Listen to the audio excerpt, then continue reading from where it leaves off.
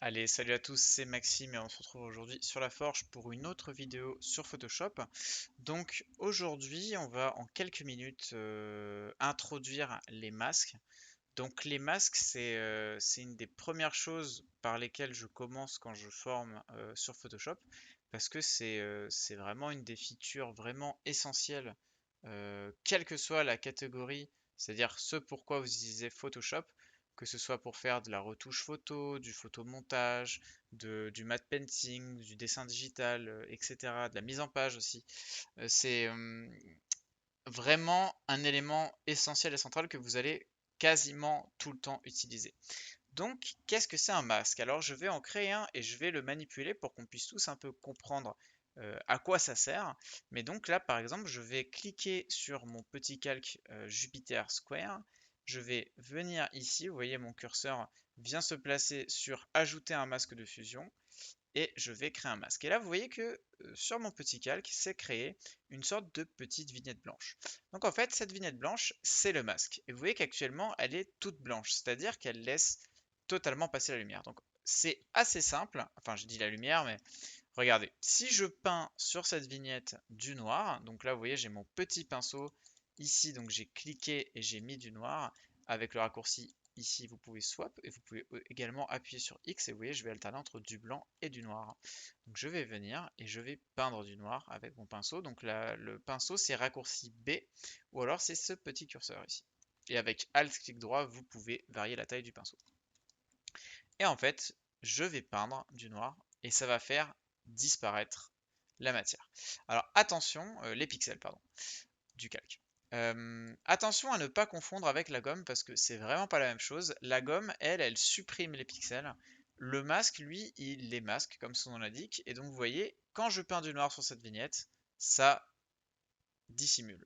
Et si à l'inverse, je peins du blanc, donc raccourci ici ou alors X, regardez, ça va faire l'inverse, donc ça va faire apparaître. C'est vraiment essentiel de bien comprendre comment ça fonctionne parce que vous allez tout le temps en avoir besoin. Et là où la gomme va vraiment être parfois irréversible, le masque permet une plus grande flexibilité.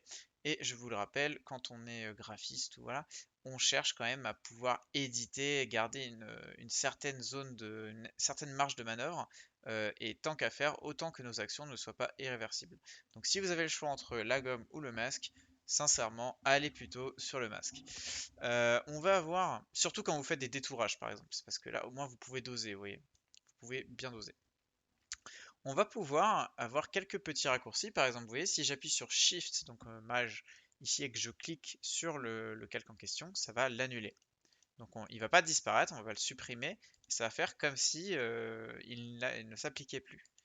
Ensuite, un masque, comme n'importe quel calque dans Photoshop, si je fais un CTRL, clic sur la vignette, ça va venir le sélectionner. Donc vous voyez, quand je fais CTRL et que je clique sur la... Vous voyez, CTRL ici, mon petit curseur il change. Et quand je clique sur un calque, calque de masque, enfin masque de fusion compris, ça le sélectionne. Donc ça, c'est super. Autre chose aussi, par exemple, si je me mets ici, donc je vais prendre mon petit rectangle de sélection, je vais faire une sélection. Si je crée un masque en ayant une sélection active, ça va tout de suite mettre du blanc. Vous vous souvenez, tout à l'heure, quand j'ai créé mon masque, il était totalement blanc. Là, il a uniquement mis du blanc sur la partie que j'avais sélectionnée et le reste est noir. Et donc, du coup, ben, ça, c'est pas mal parce qu'on peut, ben voilà, par exemple, venir de base sélectionner quelque chose. Donc là, par exemple, si je supprime, donc un masque, ça peut se supprimer comme n'importe quel autre calque. Donc, je le prends et je le glisse sur la poubelle ici. Ou alors, j'aurais pu faire clic droit, supprimer le masque de fusion.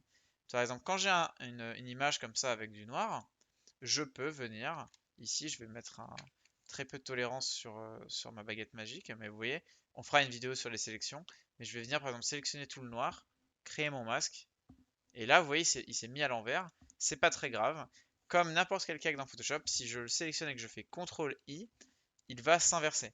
Et là vous voyez que la planète est détourée. Alors il y a une petite ligne qui est restée, c'est pas très grave, on reprend un pinceau et on corrige. Donc, ceci est un outil essentiel. Si on regarde un tout petit peu plus en détail comment il existe ce masque, en fait, il est sur une des couches de l'image. Donc, une image, elle est toujours composée de plusieurs couches. Parfois, il peut y en avoir qu'une seule, et dans ce cas, ce serait une image en noir et blanc. Ces couches peuvent varier en fonction de comment vous êtes en train de travailler et de comment vous avez créé votre fichier. Moi, en l'occurrence, là, vous voyez, je suis en RVB. Mais il y a d'autres types de couches qui existent. Par exemple, il y a les couches CMJN quand vous faites de l'impression, Grayscale quand vous êtes que en noir et blanc, etc. etc. Donc là, c'est une sorte d'encodage de l'image. Mon masque, il est sur une de ces couches. Et vous voyez, il s'ajoute. Si je prends une image qui n'a pas, un calque, pardon, qui n'a pas de masque, il ne va pas avoir de couche. Cette couche supplémentaire, on appelle ça un alpha, que vous soyez par exemple en 3D en texturing ou ben voilà, en retouche d'image comme c'est le cas dans mon exemple. Donc ça, c'est vraiment les principes de base. Vraiment essayer, manipuler, créer créer un objet, enfin, ayez un calque, venez créer votre petit masque dessus, et ensuite manipuler avec le pinceau. Soit vous peignez du noir, ça cache, soit vous peignez du blanc, et dans ce cas-là, ça affiche.